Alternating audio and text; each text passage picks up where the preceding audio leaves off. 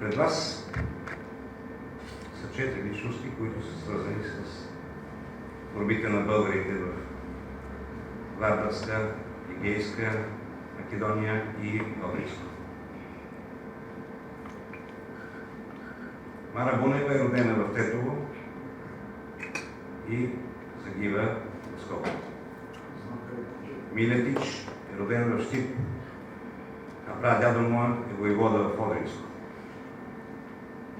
Другите двама българи не са родени в Македония, географска Македония, но са свързани с историята на борбите на българите в Македония. Леко Константинов е член на Македонския конгрес.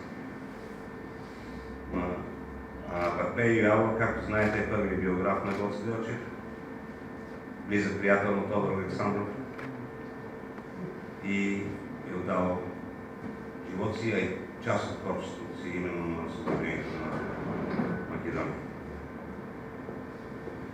Тези 4 фигури са ключови и знакови за нашата култура. Всеки от тях е дал и с револвер в ръка, но и с химикалка в ръка, с пишеща машина, една духовна енергия, която трябва да пренесеме през вековете. Вярвам, че всичките презентации, които следват, ще ви дадат още малко към образа на тези 4 личности. Ще ги въплътат и ги направят реално, така че да можем да живеем с тях и да ни донесат, те да ни обогатят също.